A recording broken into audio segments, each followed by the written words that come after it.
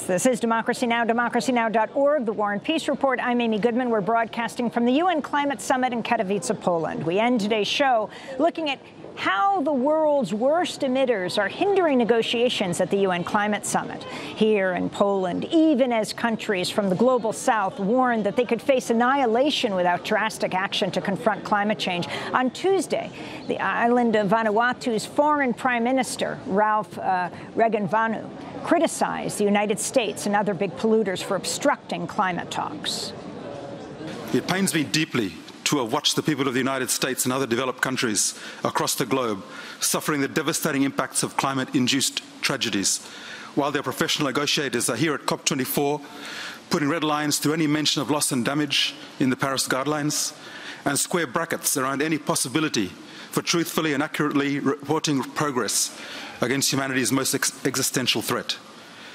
It frustrates me to see those countries historically responsible for climate change refusing to operationalize their legal obligations to assist developing countries in their efforts to achieve sustainable development and adapt to climate change.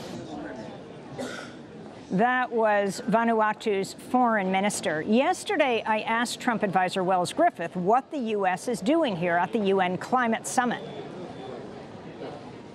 What is the U.S. doing here since President Trump said he's pulling out of the Paris Agreement? Can you talk about President Trump's saying that climate change is a Chinese hoax?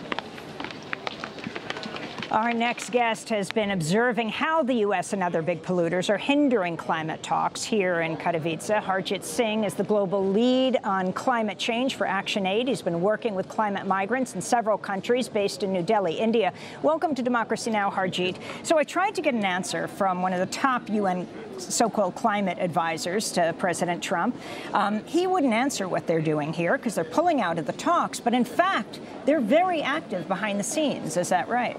Absolutely, and it's very frustrating to see United States enjoying seat at the table, and they are using every single opportunity to destroy Paris Agreement. They're colluding with Australia, Canada, Japan, and their friends like Saudi Arabia to make sure that we don't make any progress on increasing our ambition on emission reduction.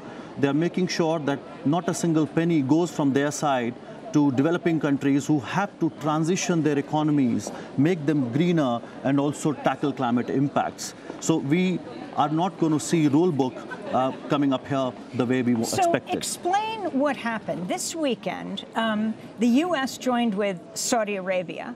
Saudi Arabia in the U.S., I mean, many Congress members, Republican and Democrat senators, are deeply concerned about its involvement with the murder of a journalist, Jamal Khashoggi.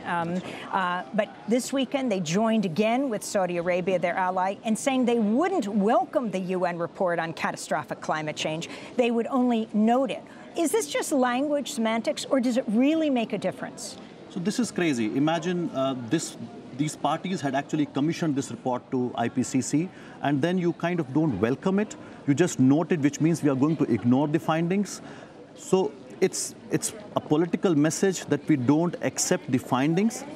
And it's not for the first time. Saudi Arabia made everybody's life difficult in Korea when the summary for the policymakers was being developed in October. So it's not for the first time it joined the U.S. in diluting the findings of the report. Now, the world has accepted the seriousness of this report and is beginning to act. But somehow, Saudi Arabia and the U.S. are trying to undermine the importance of this very important report for us. So when you talk about the rule book and these last minutes we have, what does that mean for a global community that doesn't understand UN speak? Yeah.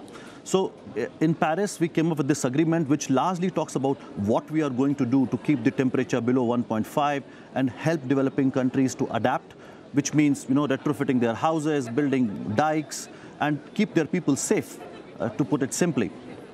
But now here in Katowice, we have to talk about how and who does how much. It's about making rules so that we are able to move forward on reducing emissions, but also help developing countries tackle climate impacts. And rule book is going to be fundamental in determining whether Paris Agreement is real or not, and how we raise our ambition going forward. So the U.S. is pulling out of the Paris talks, but it takes a few years, not until 2020. And meanwhile, they're here actually not absent, right, but very active. Specifically, what are they targeting behind the scenes?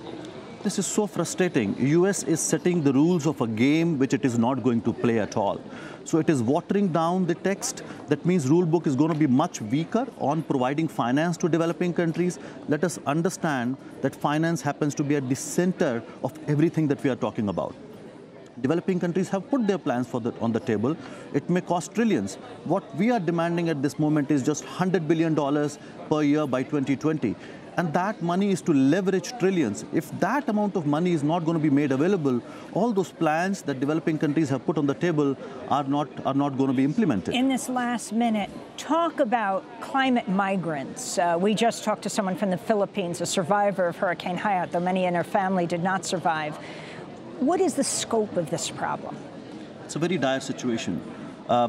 Internal Displacement Monitoring Center based in Geneva came up with a report that in 2017, just in 135 countries, we had 18.8 million new displacements. And these migrants are increasing. And imagine this is just 1 degree warmer world that we are living in.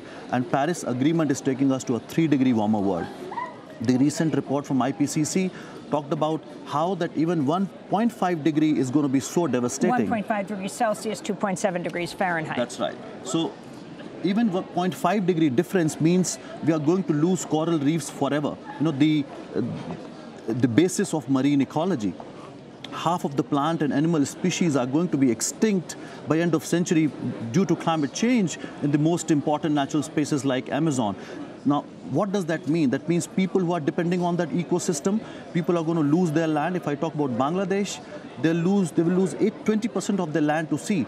And it's one of the most populated countries. What will happen to those people? Where they're going to go? There is no protection mechanism in place, neither in their country nor internationally, because some are forced to cross borders. Unlike refugees, they have no protection system in place. So this process has to deliver. We're going to do part 2 of this discussion, posted online at democracynow.org. Harjit Singh, global lead on climate change at Action Aid. He's been working with climate migrants in a number of countries based in New Delhi, India. And that does it for our show. We have a media job opening as a full-time social media manager in New York City. Resumes are submit to democracynow.org. I'm Amy Goodman with the whole team here in Katowice, Poland. We're broadcasting for the week.